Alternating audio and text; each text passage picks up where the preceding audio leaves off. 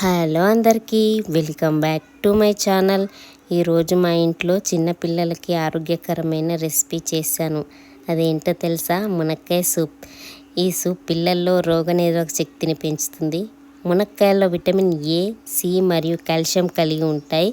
ఈ సూప్ పిల్లలకు సులభంగా జీర్ణమవుతుంది. మరి ఇంకెందుకు ఆలస్యం, ఏ విధంగా చేశానో చూపిస్తాను రండి. ముందుగా ఒక కుక్కర్లో 1 గంట సేపు నానబెట్టుకున్న 1 కప్పు పెసరపప్పు వేసుకున్నాను. ఇందులోనే కొద్దిగా ములక్కాడలు వేసుకున్నాను. 2 టమాటాలని కట్ చేసి వేసుకున్నాను. ఇందులోనే 1 ఉల్లిపాయ చిన్నగా కట్ చేసి వేసుకున్నాను.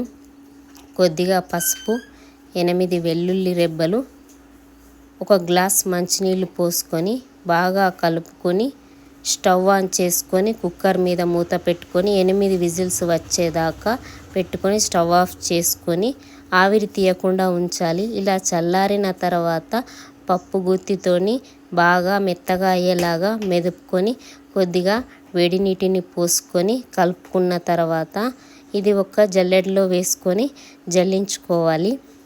ఇలా జల్లించుకున్న సూప్లో కొద్దిగా రుచికి సరిపడా ఉప్పు, కొద్దిగా జీలకర్ర పౌడర్, మిరియాల పౌడర్ చిటికెడంతా వేసుకొని పోపు కోసం ఒక చిన్న బౌల్లో కొద్దిగా నూనె వేసుకొని ఆవాలు జీలకర్ర వేసుకొని పోపు పెట్టుకొని మీది నుంచి కొత్తిమీర వేసుకుంటే సూప్ రెడీ అయిపోతుంది.